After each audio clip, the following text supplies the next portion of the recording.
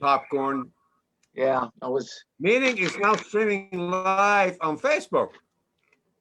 Meeting is That's now what it says in okay. the corner. We are live. Yeah. Okay, we're streaming live. Hello, everyone. So for those who don't know, well, we don't know yet. Matt's going to try and get here when he can. Matt, most people know he works for Jack FM in Texas, and he works for several different radio stations. But there's a tower out there that occasionally, if there's high winds or whatever, there gets to be problems, and he's the only guy who can fix it. So he was out there working on the tower, and he's calling me, going, "I'm trying to get back. I'm trying to get back," and he maybe jump in before we're done, and if not, we'll do it again. We'll move to Twitch TV. Yeah. Now, when you say he's fixing the tower, I'm picturing him climbing up the tower with, he's climbing up. Yeah, that's what I picture too, but I don't know. I'll have to ask him what he actually does. I think I don't know what it is. It might literally be that. I don't know. He's kind of a big guy, I think sometimes they have to do that. Somebody's got to get up there, Yeah. Huh. So it's crazy. But, if they're down and there's nothing going on, he's kind of like the guy that's got to go out and make sure the radio station isn't down. Yeah. I'm not sure how. Now that we're live, and I just wanted to thank you for having me on your show. Oh, cool. Thanks for coming on. And I haven't talked to you in a while. Yeah. It's good to see you again. And you're looking really healthy and strong and, focused. That's really good. I know it's been challenging for all of us, everyone, in this world to really cope with the challenges that we're going through dealing with COVID-19. Yeah. And it takes a lot of discipline to really acknowledge what's best for ourselves and our families and our friends. Right. And I myself, I've been really doing the social distancing. I'm just following science and doctors and, and reading about it. And it's like, okay, it's just common sense. Wash your hands, wear a mask, the obvious. That's all. Right. Change your guitar strings all the time, those are things you got to do. Yeah. So, right. Yeah. I never like changing my strings. I'm not a big fan of changing strings. I'm like, oh, I'm going to record. I got to change them. Oh, man. I know. Yeah. It's just never fun. It is great because, you're also, like myself, we're guitar brothers. And I know every time I got to go out and like, damn, I got to change the string, especially, I guess it's like packing your parachute. You want to do yourself, right? Yeah. Not that I've gone skydiving. I'm not into that. I have enough challenges on Earth. I don't need to go up in the sky for that. Right. But from what I've read, and it's true because I've had other people change my strings, and for some reason it doesn't settle the same way when I do it. Do you go through the same thing? Yeah. Yeah, and I still just don't like doing it, and before gigs and we'll do a run, I'll use my strings for 2 shows. By the 3rd show, I'm popping them. So I change them, and I'm just like, I got to do it. And it's like, I go through the routine. I don't know what it is, but I just don't like doing it. But it's like, well, I got to do it. So. Well, it takes time. And I notice that every time I change my strings, and it really doesn't matter what kind of guitar it is. Oh, yeah. Just see, you got some red cheers. Yes. Cheers, brother. Right on. I have to always check the intonation. Mm-hmm. It could just slightly be a little off. And for those of you that don't know what the intonation is, it's something that you have to measure sonically from the headstock of the guitar to the bridge. And there's a distance, and harmonically, you have to check it. And you can always Google it, how to do it. But it's one of those things when you're a guitar player and you're a working active guitar player, you got to know how to do it yourself. Yep. You can't expect, bringing it to a tech and do it. And again, there's different ways of doing it. Some people lay the guitars flat. I tune my guitar just like I'm going to go on stage and play or record. Yep. And for those guitar players that don't know, when you lean back, your guitar is going to change tuning than when you lean forward. Yeah, exactly. I mean, it totally, it oh yeah. So how many techs I've had techs that lay it on the table and it looks really cool and they're tuning the guitar like that. I'm like, dude, no, give me the, right. I love you, but I'll tune it myself because I know the way I'm going to stand and the way I'm going to hold it. Yep. And some techs, feel that you're eliminating their process of their work, and they might, not be having a job, but it has nothing to do with that. It's the nature of, where your stomach sits, and, you know, how much did you have to eat earlier, and how much gravity's going to put forward, or, Right. yeah. That's funny. It makes a difference with that, but It's a science. It's true. yeah, but those are things that we have to deal with. Guitar, keyboard players, they just plug the damn thing in, and they're ready to go. And if they change, if somebody wants to play at a different key or tuning, they just press a button. All of a sudden, they can tune a whole step down. Modulate it, bing, into the new key. Yeah. We can't do that. We're organic. We have to tune it. There are pedals that do that, but it's always just a little weird to kind of go, okay, I'm going to hit this pedal and I'm going to be in half step. But there are pedals that do that. It's okay. I've used them. You have used it. Yeah, I think Electro Harmonic makes one, the red pedal. Yeah. And I've used it, and also the Variac. I used that with Queensryche when I was out with Jeff Tate, the Tyler guitar Variac. It's in the United States, and it worked great. And I can change all the tunings. I can also program my own tuning of the guitar. But what's interesting is the strings feel the same. Yeah. And if you're in a room that you can hear the strings, and if you're hearing what's coming out, it's kind of a little weird. Yeah. But on stage, of course, you don't hear the strings. Right, when it's loud. But yeah, totally. Yeah, those pedals work. They're fine. That's interesting. And then, of course, I'm sure you've seen the tuners, the automatic tuners they had. They had them on the Gibsons for a while. You hit certain tuning, you push in or whatever a button. I had a student of mine that brought it over one time, and I was just like, this is wild. You'd hit it and it would tune it. Bzzz, everything moves and it gets it like really super close. I have one. Oh, you have one? Yeah, my SG Gibson has those G-Force tuner. Are they pretty cool? It works. Yeah. It works. Just don't try to tune it in the middle of a song, because it recognizes, where you're playing the notes. So it's just one of those things that you have to, when the band stops. Gotcha. But yeah, that's the only time to change the tuning. But it does work great. I still have it. Wow. But I don't think they're producing that anymore. It's old German technology. They were working on it for about 16 years. And but it does retune. You see the pegs moving. Wow. And it's pretty quick. Yeah, that's crazy. I mean, it seems like a great idea, but at the same time, I think people just didn't grab to it. Maybe it's too expensive, or maybe it's just whatever people want to. It's a risk. Yeah. It's a risk. It's a risk factor also. And I'm, gosh, I've been playing since the 60s, and I'm so used to just tuning, just turning the peg and stretching the strings while I'm putting it. And when I first bought my Les Paul in 1971, it had a manual that to show you how to place a string, and you put it through the hole of the peg, you go around, then you go under, and then you go up. And when you hold it and then you turn the peg and you're tying it, it actually locks it. And then you pull, and it really works. It's kind of like its own self-locking mechanism. Yeah, that's cool. Yeah, that's cool. And I've been using that technique since then. Wow. So what got you into playing guitar? What started it all off for you? Oh gosh, I think music. I just left music back in Havana, Cuba. We came in 1961. We were refugees because of Fidel Castro, and then Russia came in there and took over. So we got a visa, and we were immigrants in Miami. We flew Pan Am September 1st, 1961. Wow. And my aunt and uncle, my aunt was an actress in Cuba, more of a performer in the casinos, and she danced and sang. She did a little bit of acting. And then my uncle, opera singer and pianist, classical pianist. And so we grew up with music. My grandmother also played piano. Cool.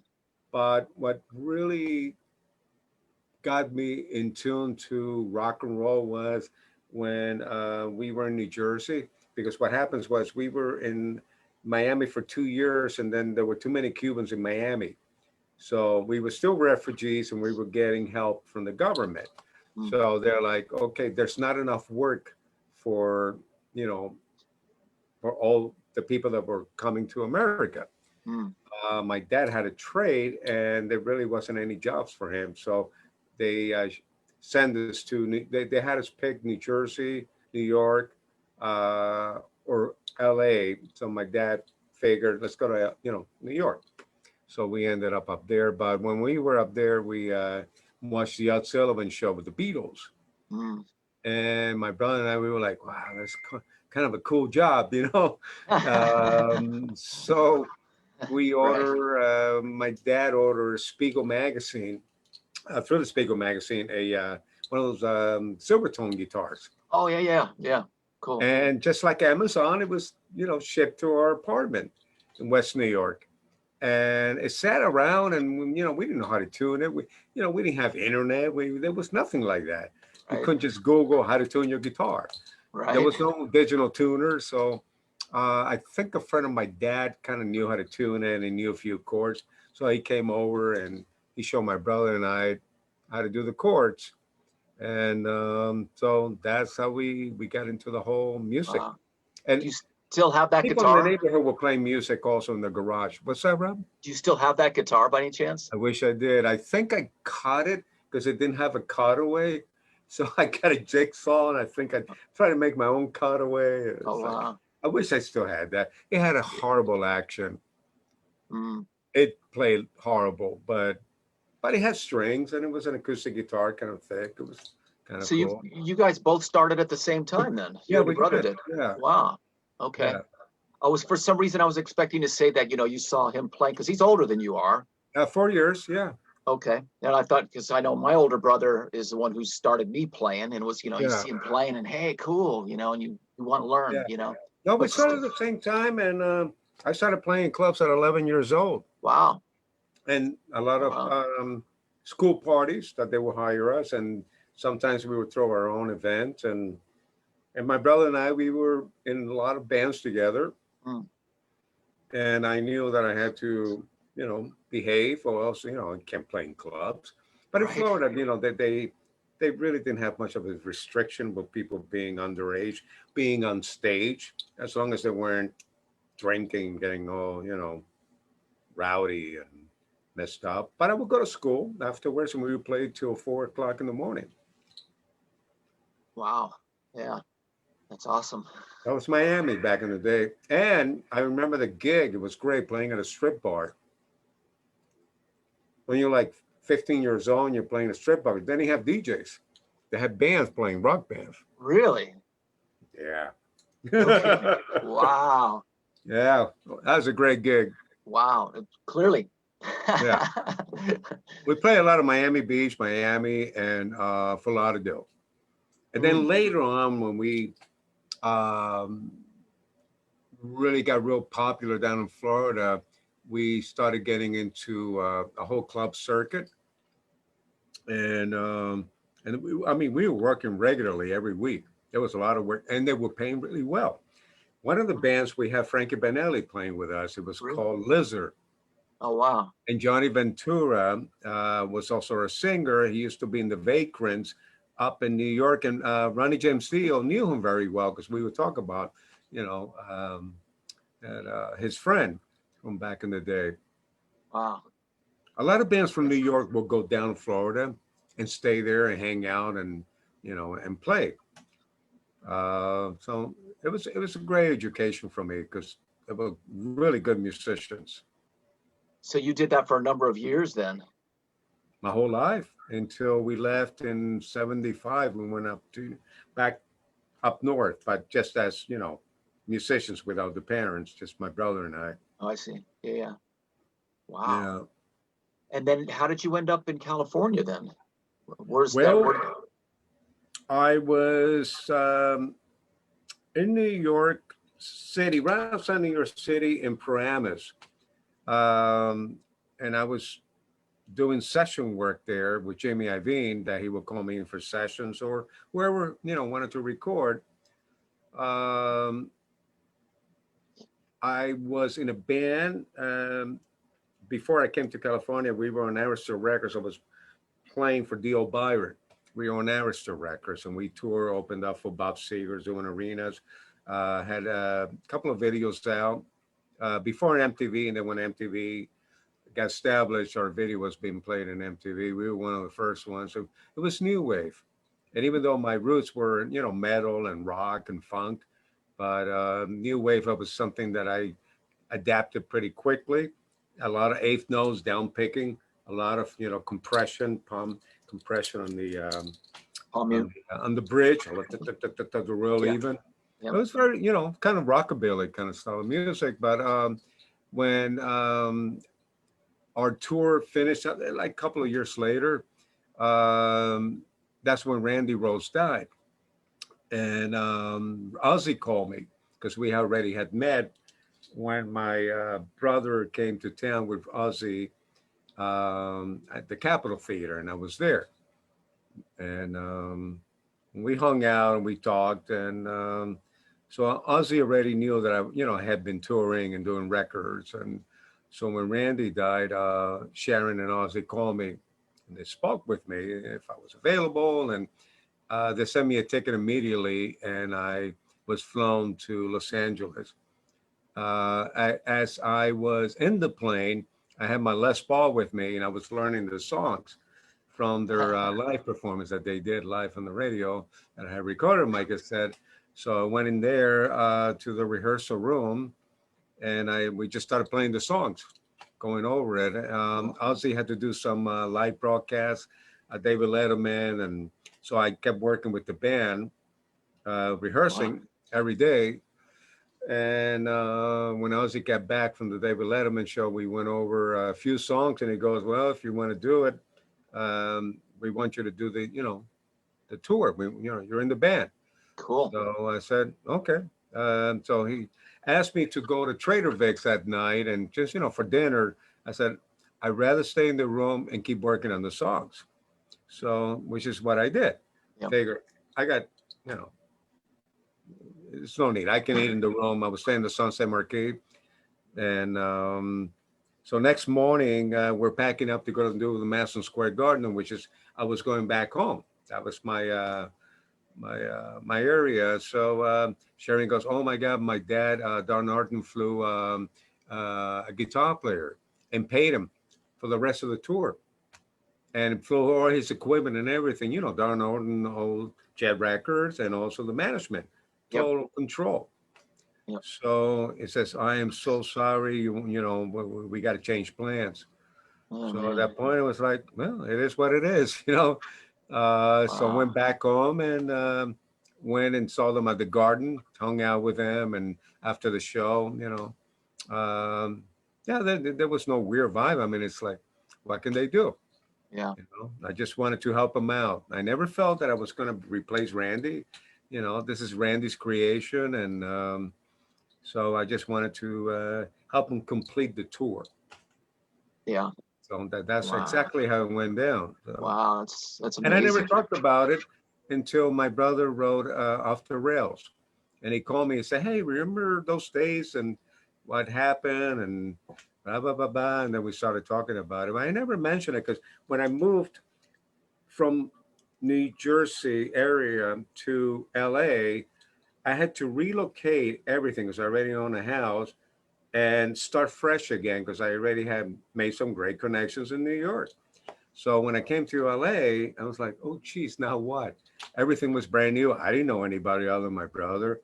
And I didn't go out and tell anybody that I would, that I had that gig, with Ozzy, if it wasn't for Don Arden or any of that. It's like, that's irrelevant. You start from scratch again. That's what I'm used to doing. Create, put it together. At that point, that's when I put Hurricane together. Oh, really? I had met Tony Cavasso through Kevin DeBro. Okay. And a lot of people might not know that's setup with Cavazos. It Snow. It goes back to Snow, and I didn't know about Snow, but Snow was a big deal here with Carlos Cavasso, just like Quiet Riot was back in the day and Van Halen. You know, these are the bands that were on the strip, you know, and they were hustling and they were trying to get established and get a record deal. And Hmm. Tony co-wrote Bang Your Head. Wow. That was a Snow song with his brother. It was Wow. called No I, More Booze. I have heard that. Jack's talked about that. Does he? Yeah. Oh Yeah, yeah. yeah. He knows that story. And Jack was here, you know. Yeah. Yeah, that's right. Yeah. So I got here in 1982. Okay. That's when I got here. Wow. And it was a good time to get here. It was a great time. Yeah. That's when everything was just starting to take off. I know I saw you guys play the country club. I Oh, was we played. making trips out from Tucson because I grew up in Tucson, and one of the trips we had an extra night off, and we went out and saw you guys, and we were just like, oh wow! I mean, the band just kicked ass. I That mean, was it a was fun place. yeah, That was, yeah, the country club. It it was a was good size. I later on I yeah. saw Gary Garcia play there, and it was a great place to see bands. And when the night you guys were playing, I think Warren D. Martini was there, and then just you'll see whoever guys from all the bands were. Everybody came out to see everybody, We and were it was friends. I mean, that's a cool thing that people don't realize that back in the 80s, um, we were all rehearsing at Priscilla, as we called it. It's a rehearsal complex in Burbank, hmm, right by the Twin Tower Holiday Inns. But there was only one tower then. So there was a great rehearsal place there that you would see Stanley Clark rehearsing. wow. Hurricane, we had a lockout, and Stanley Clark would be in the room under my room, and he was so goddamn loud. I had to go down there and say, Stanley, I totally love your playing, dude. Please, can you turn it down a little bit? And I'm playing for Plexiglass Martian. I'm loud, but he was louder than I was. But and then Dokken was rehearsing the other plays, and then you got Earth, Wind, and Fire, and then you got Dio and Guns N' Roses. I mean, this is what was going on there at this rehearsal place in Burbank. That's a lot of history there. Oh man, Everybody rehearsed there. that's So amazing. when we were playing, everybody would go and see each other's show and support each other's band, and see, who's doing what, and we were all curious. So yeah, Yeah, the country club was one of the places, the Roxy, Gazzari's. yeah. The country Yeah. club was just super cool, though. I mean, that was going into that place. It just seemed so much cooler. I mean, Roxy, Gazzari's, whiskey. I mean, it's all cool, obviously nostalgic, but something about the country club. When we went in there, we were just in awe. The place was big, big stage, sounded great. I mean, it was just super cool. We were just kind of in Everybody awe. played there. Yeah, you're right, Robbie. Everybody played there. There was a whole big list of great bands that became big, giant stadium bands Yep, that went through there. And another one like that was the Waters Club, Dancing Waters, I've heard of the place, never saw it, never Dan went there. Pedro, Okay, yeah, which is yeah, not far from where I am now. yeah. Now And it's not there, of course, anymore. But is the building though still there, the or is it? building is there, but it's been closed down, and they're going to tear it down eventually. But Wow, yeah, that everybody played there too. Yeah. wow. I'd heard about that. There was a place in Orange County that Jack used to talk about too. I can't recall what it was. Um, yeah, what was the name? I'm sure you would know what it is, like Golden something or oh, I can't think of the name of it. I know you would know what it is, but it was earlier '80s, but it was pretty popular. Not the Yeah. Marquee or anything like that, but it was. I can't remember the name of it. Looks like there's questions people have got. Whose yellow Camaro was that in the Hurricane video? I'm on to you. Lauren Dion wants to know. Oh, that was well, the Camaro. Did you say orange? No, it said No, yellow Camaro. I think it was black. From what I remember, that was Kelly's. Oh, it's Kelly's. Yeah. Oh, and one of the other ones you already answered. We're talking, what is the story behind Voodoo Man? Brenda wants to know. Oh, Voodoo Man, being Cuban, it's just a Santeria, voodoo, which is a form of voodoo that came from Asia, not Asia, Haiti. But Hmm. what happened was when this goes back to Columbus, and they brought in slaves from Africa, and they brought in a religion of voodoo, and through mix with the Catholic Church, it kind of became its own vibe, its own thing. And that's I did practice that back in the day in Wow. Florida. But being Cuban, it's very spiritual. I'm a very spiritual person, and I'm really into vibe and just yeah. I don't want to get deeper than that, but But that's something that was brought back of the Voodoo Man, because it's something that I like to zone out on stage, and when I'm playing, I create a figure eight into the audience, and I like to react my energy of my soul into the audience and grab their and their energy and live it and then bring it back. And I do that as I'm playing.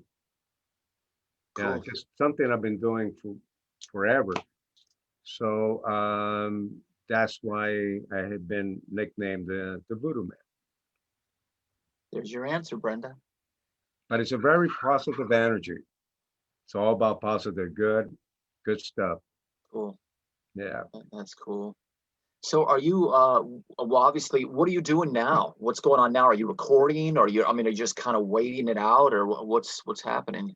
Well, right as COVID-19 came to play, the hurricane was in the middle of signing a new record deal, and Mhm. we were writing and recording. So we stopped the record deal and we just keep moving. We kept moving with the recording. I'm Mm. co-producing it, and that's all we've been doing. Just still writing. But what's interesting now, which is this technology has been on for going on forever, gosh, over 10 years, is that we're recording everything from different locations. Yep. So let's, for example, I'll start a track on Pro Tools, and I'll send that to Tony, our bass player, Cavasso.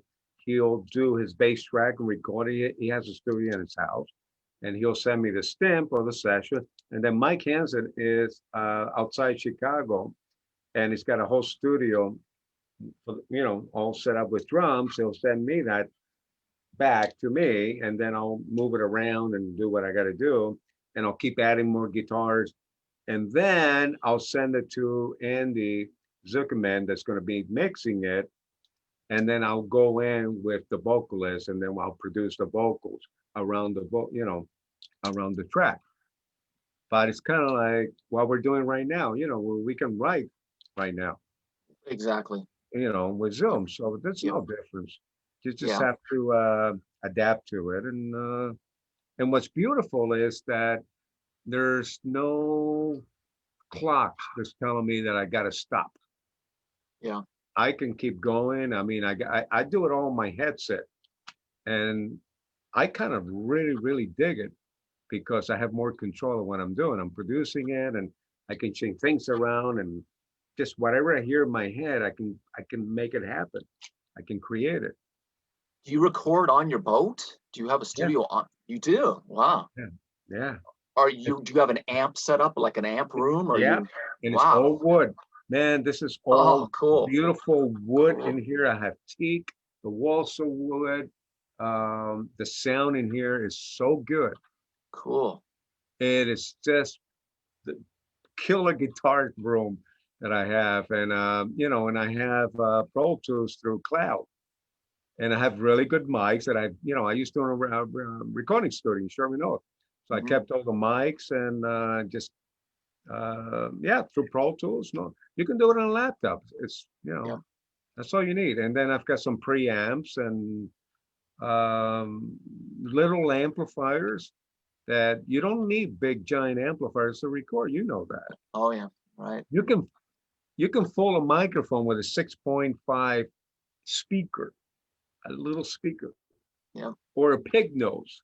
And Right. you got the right position of the mic, you find the sweet spot of that amplifier with your compression in your hands, maybe add a little limiter, a little compression, a little overdrive. You just got to experiment and Yeah. trust your gut feeling. And you can get a lot of great sounds. And people don't understand all the great Led Zeppelin albums, they were recorded with little champs and little amplifiers, Supros, and, you know, it's just, you don't need that wall to wall of amplifiers. But I do like the sound of speakers moving. I got to have that compression, you know. So, Yeah. I mean, for writing, I'll use direct. Hmm. So everything, you know, it's just fast. You just plug it in. You got to, you know, simulate a guitar sound. But when it's recording, that's when you got to get serious for my taste. And I want speakers to move and push air. Yeah.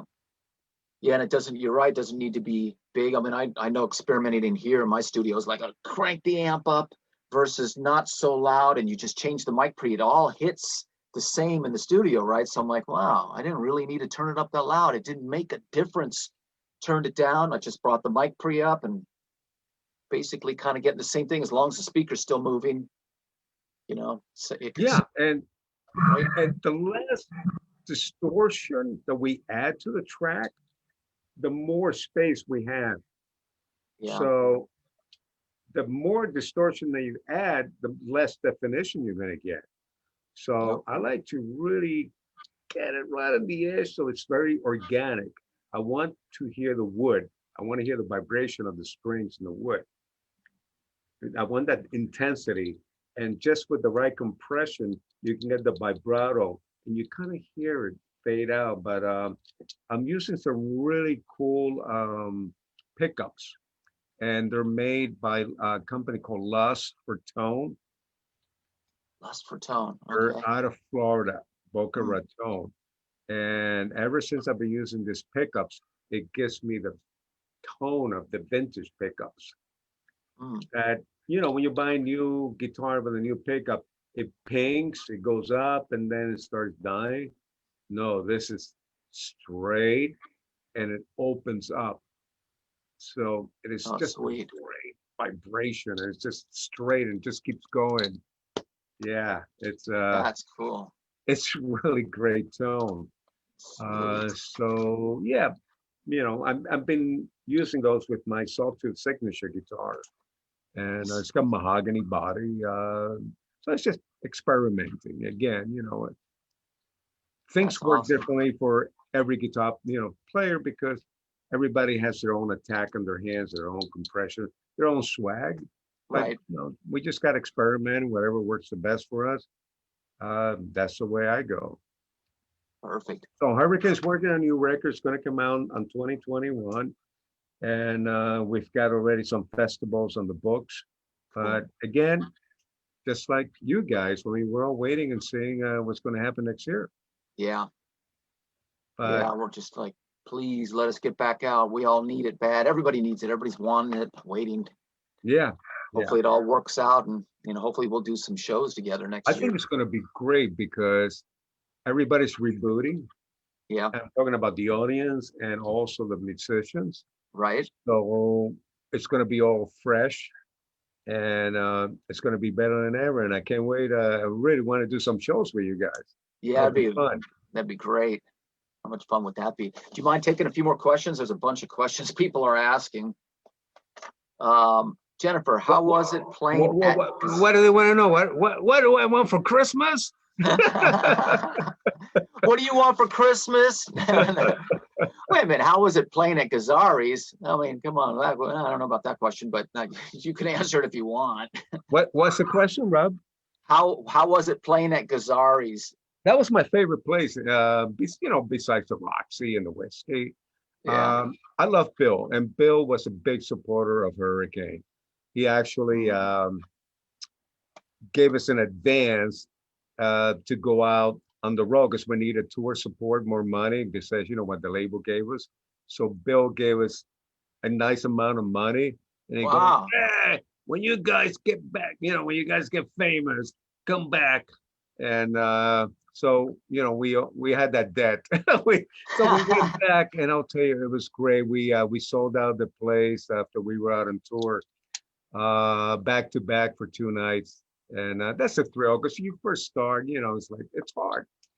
So Bill, he built the shower in the backstage for us because he knew we liked to shower after the show, and we was soaked and sweaty. His My guitar tech, Robert Poller, was his godson. Oh, So we wow. had that connection.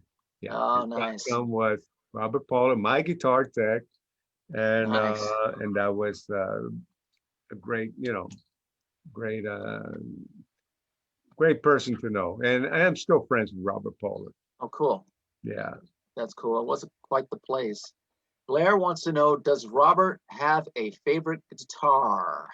Do you have a favorite guitar? I don't think, no, I don't. I think Yes, that us all guitar players, we go by the mood. I think it that's depends right. what we're feeling. We're not machines. We're humans, and sometimes we feel like playing a bolt-on or whatever. I mean, sometimes I feel like playing a different instrument, Right. bass guitar or flute. I'm studying flute again. I'm playing flute because I used to play that in the 70s. So favorite guitar. I mean, I do play my signature guitar a lot. It kind of feels really comfortable in my hands. I play that a lot.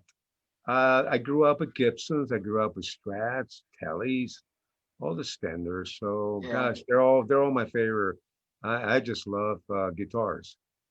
there you go.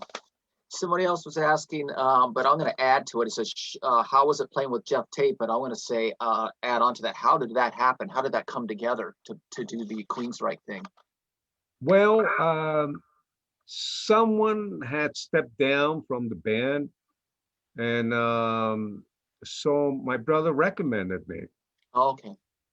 And he knew that I had the ability to play in different time signatures.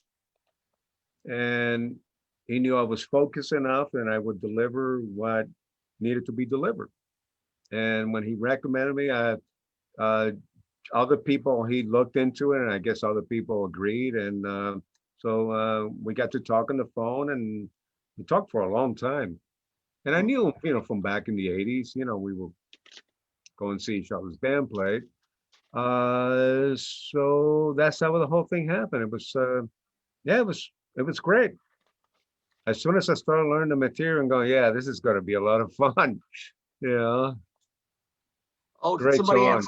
somebody answered my question. It was the Golden Bear in Huntington Beach. That's what I was trying to think of. Jimi Hendrix had played there. You heard of the Golden Bear, right? No, Oh, you hadn't. That was a really famous place.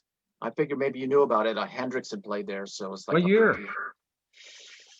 You know what? Maybe it was pre-80s. Maybe. I thought Jack said he played there in the early days. I could swear I he did. got here. Okay, I got here in 1982, and a lot of those places were already gone. Yeah, that might have been right about that time it was gone. What?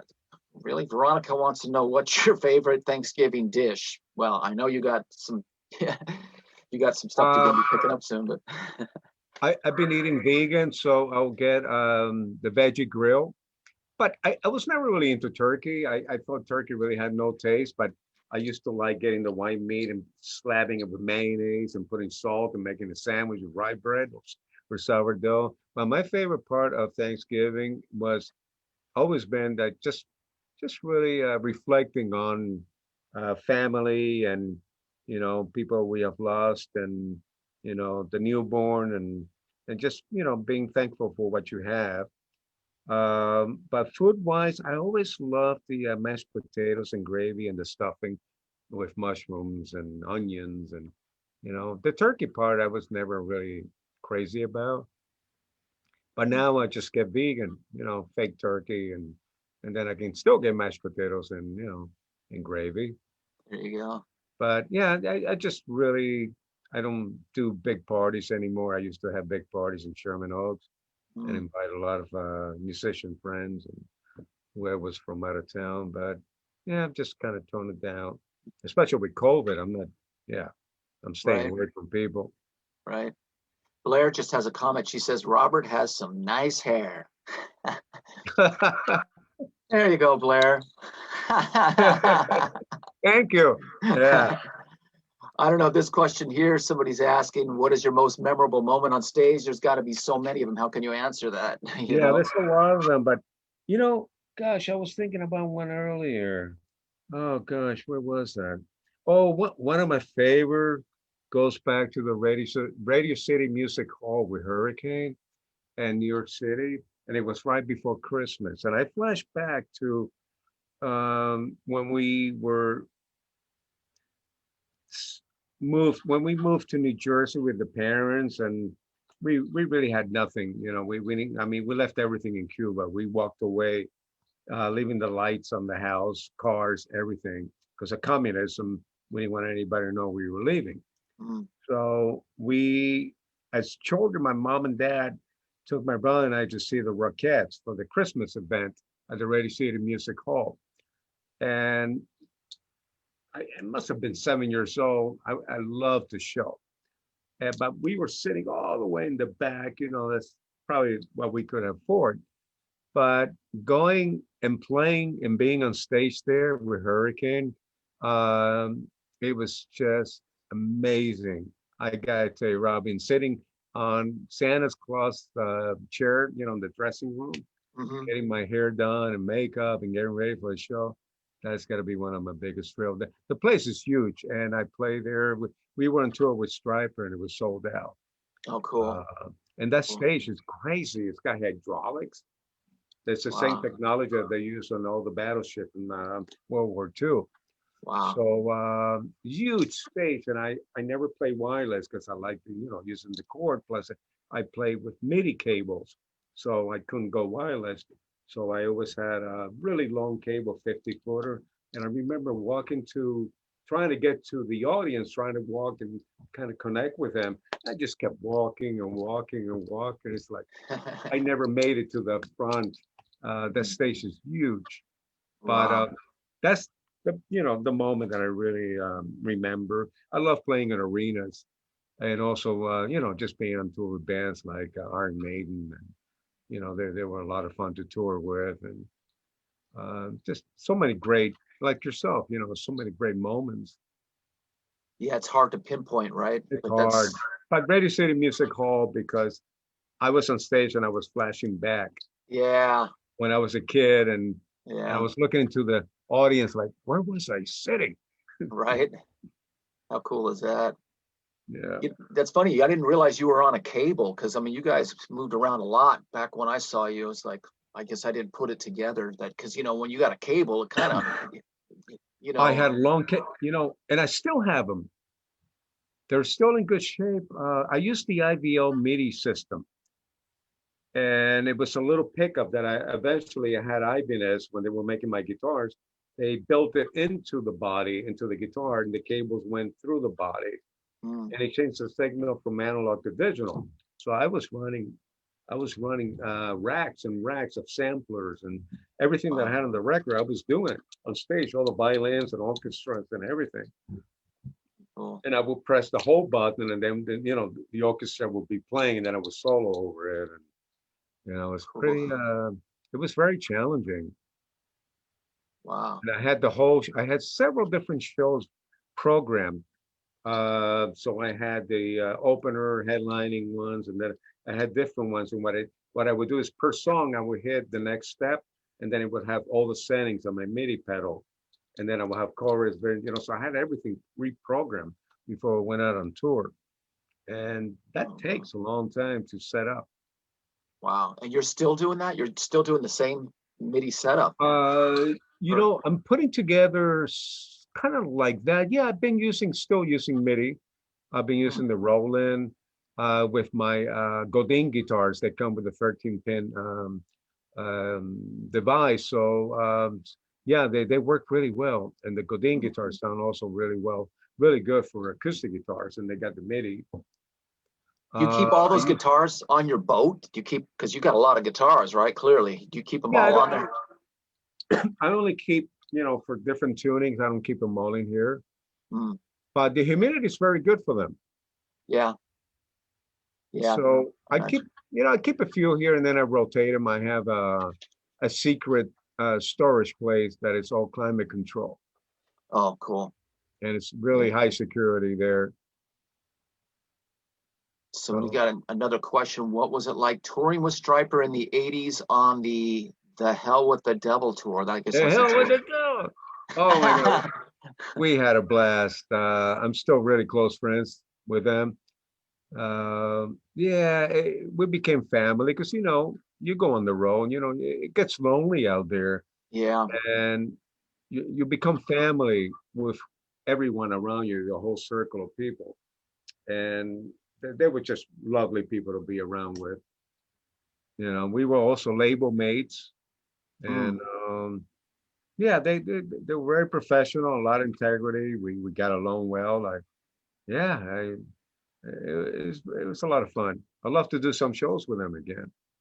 yeah, they're a good band. They're really cool. I only kind of know Oz a little bit. I met him at M3, and he was just so friendly. I was like, wow, this guy's Oh yeah, just so friendly. He's out here, take my number. I'm like, really?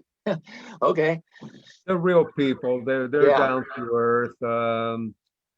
Yeah, Michael's great. Rob, Tim. I knew Tim there, but he's not with the band anymore. He's not. He's in Phoenix now. I actually did a gig with him with the Peace Brothers a Uh-huh. year ago, and he played bass in it. Yeah, So, and yeah, yeah, it was a lot of fun. So, yeah, yeah, it's cool when you're traveling with other bands and you're doing a bunch of shows because you really get to hang out with them and just talk. I mean, they're just we're all just people, so right. we appreciate each other's energy and company. Yeah, it must have been a really cool tour for sure, huh? I mean, that's awesome. Yeah, Iron Maiden was great tour with. Gary Moore was really great guy to tour with. Which I Maiden tour did you do? think it was back in 1988. Wow, that would have been huge, huge. They were so Oh no, big no, back it then. was it was big, and what's really odd was because they kicked off Guns N' Roses off the tour and they brought us in. Oh wow, Yeah, wow.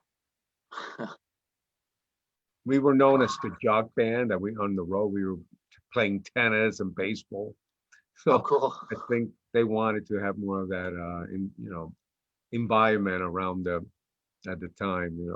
Oh yeah, yeah, that would make sense. I mean, the singer Yeah, was really into soccer and stuff, and I think Guns N' Roses guys probably were not into any of that at that time. we'll bring tennis rackets. We'll play in the hotels, the day off, or even when we pull off, the coach. I mean, I will pull out baseball gloves and balls, and we will listen to the Dodgers, World Series, and you know, Nice, yeah, nice. try to keep the same, family life on the road as we are at home. Yeah. What other tours did you guys do? Oh gosh, we did. We did a lot of tours. We were out about 300 dates out of the year. That's And when we insane. were home, we will be in the studio rehearsing and recording, doing the pre-production. We were out with Cheap Trick. Oh, nice. We did shows. We would do headline shows. We would do opening shows, go back and forward. Europe. We did stuff with Michael Schenker Band. Oh, cool. Saxon. I was like, Saxon. yeah, hung out with them a lot. We went to hell, where did we go to? We were all over Texas with those guys. The Alamo. Yeah, we were hanging around the Alamo. Yeah, it's just a That's lot of awesome. bands. I'm trying to remember who else. And then before that, when I was with Neil Byron, we were out on tour with Bob Seger. That was big arenas back in 1980. Wow. And Yeah. that guy really had a lot of hit songs. His Oh, yeah. catalog, every song of the night was a hit song. Yeah. And then we also toured with Boomtown Rats with Boomtown Rats. Up Yeah. Gildo, yeah. Wow. And one of the cool moments that I remember hanging out with Bob Geldof was we were all staying at Swingo's Hotel in Cleveland, and this is kind of a rock and roll hotel. In the lounge, it was like hanging out at the Rainbow Bar and Grill back in the Hmm. 80s. It was all the rockers. Everybody would go and hang out there.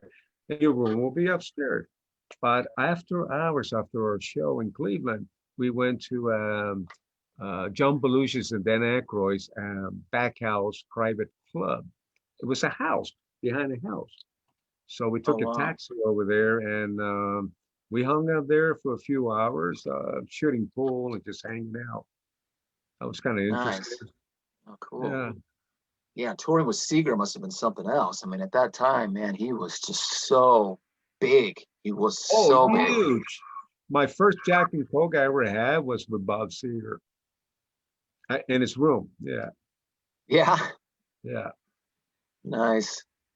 How In cool is my early that? 20s. Yeah, I was more of a Southern Comfort guy or, you know, what the hell we were drinking back then. We were so damn broke. What do we drink? It's like cheap liquor. Yeah, it's like nasty stuff. Southern Comfort.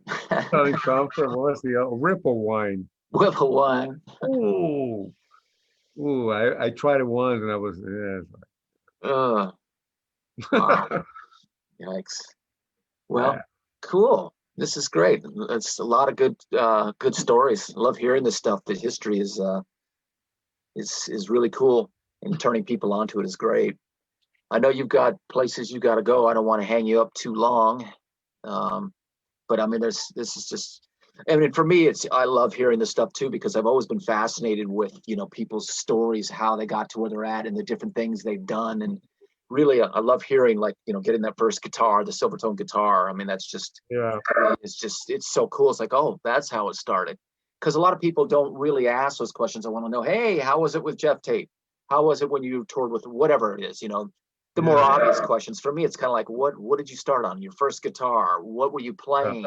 What got you into it? That kind of stuff Yeah. always fascinates me. Oh.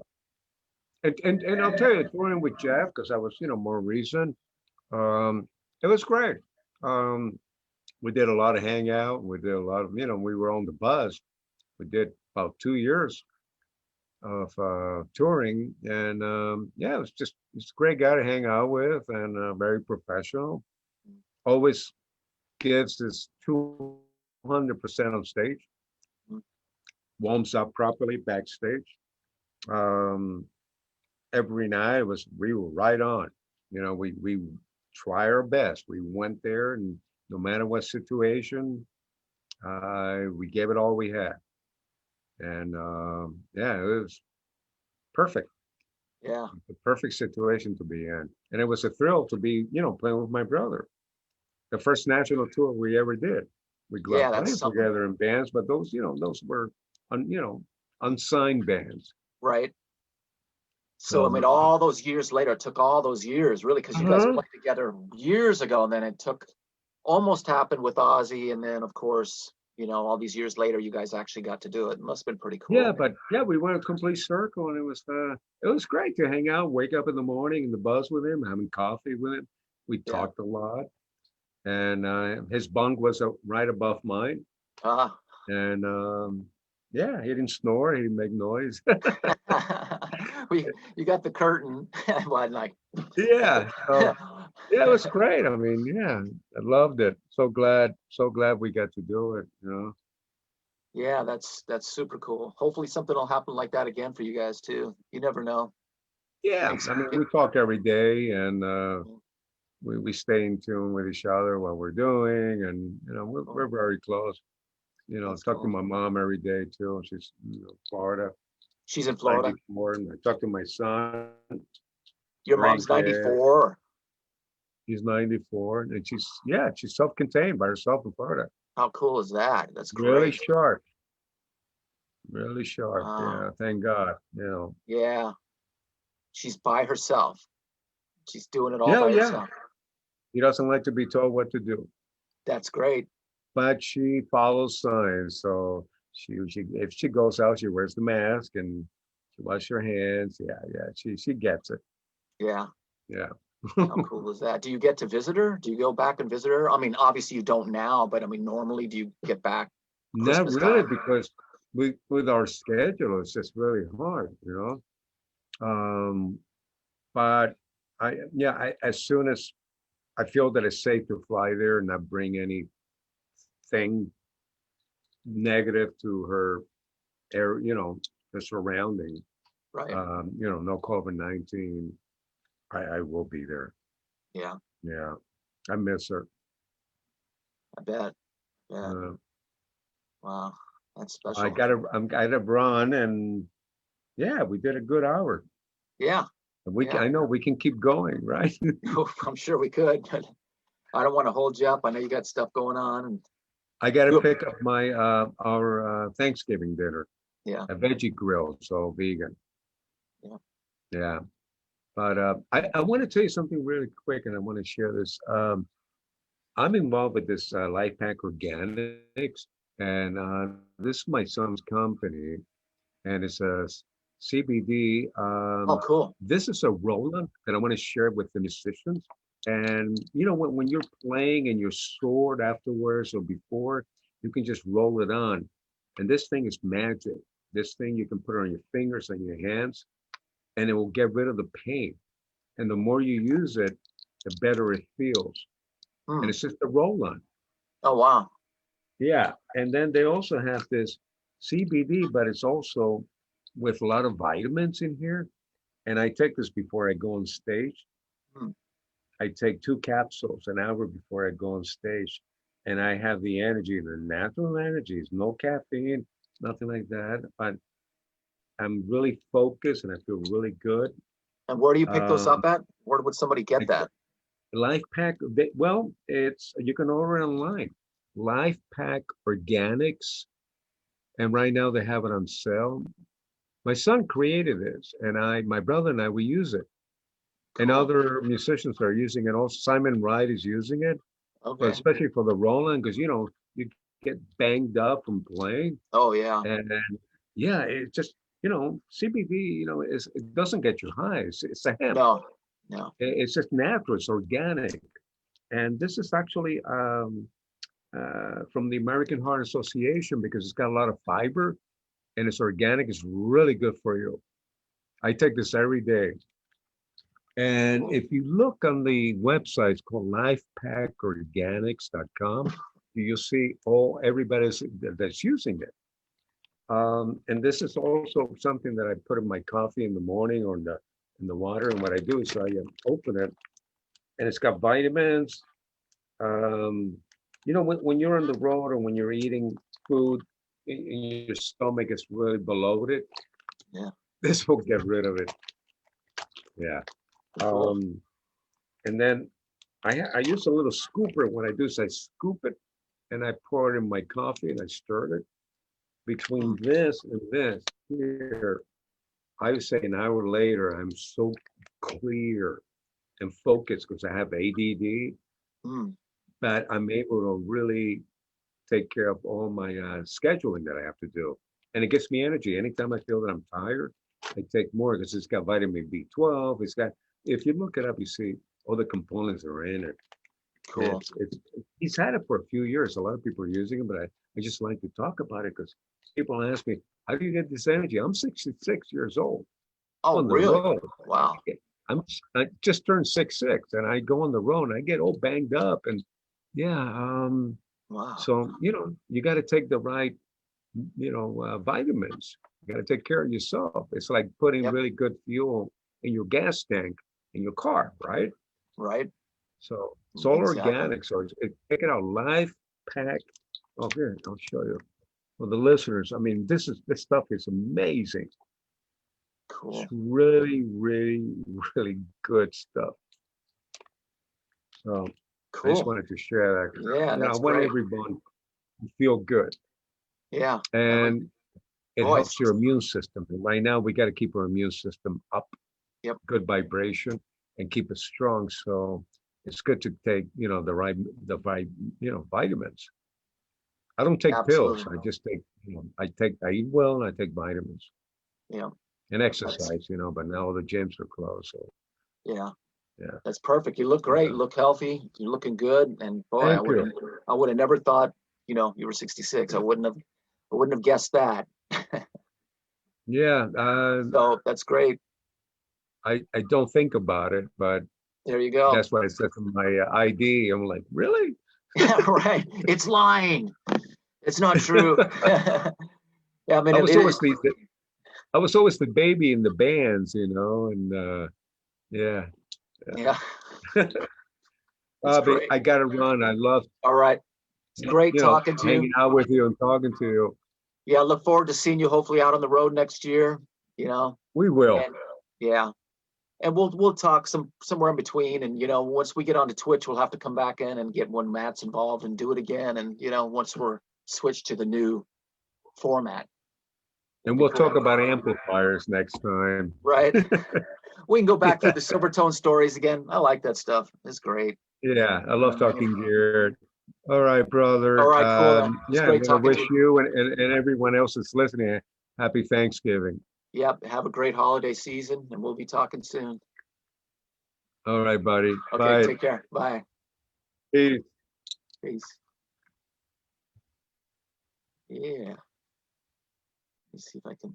Okay. So anyhow, Matt's not here for anyone. Obviously, everybody notices Matt wasn't here. He was fixing the tower. They were down. The radio station was down. So what I do have to mention now that he brought up CBD is Full Spectrum CBD and Backbeat Music. I need to mention the sponsors. Normally Matt does it, so he's got it all figured out and he's got it flashing behind him. But Matt couldn't get here. Hopefully this does not happen to us again, Matt. But this was cool. It was great to be able to talk to Robert. Obviously, he's got quite the history. Obviously, with him and his brother both have the history, but him himself is great. I met Robert probably 8 or 9 years ago, and he was always super friendly. And we exchanged numbers and we talk every once in a while, and actually played on stage together at the Whiskey. I don't know how many years ago it was now, but he's just a great guy and great musician, just great all around, with everything he does. A lot to learn and some good stories about him coming up and, being refugees and stuff. And so a lot of hopefully new information for everybody that they learned something new about him. I know I certainly did. And I guess we will see you next week. I forget who's on next week. I don't have a list in front of me. That's Matt's job. But it'll be good, and we'll be on Tuesday next week, and Matt will be here. Right, Matt? I guess we will see you all next Tuesday.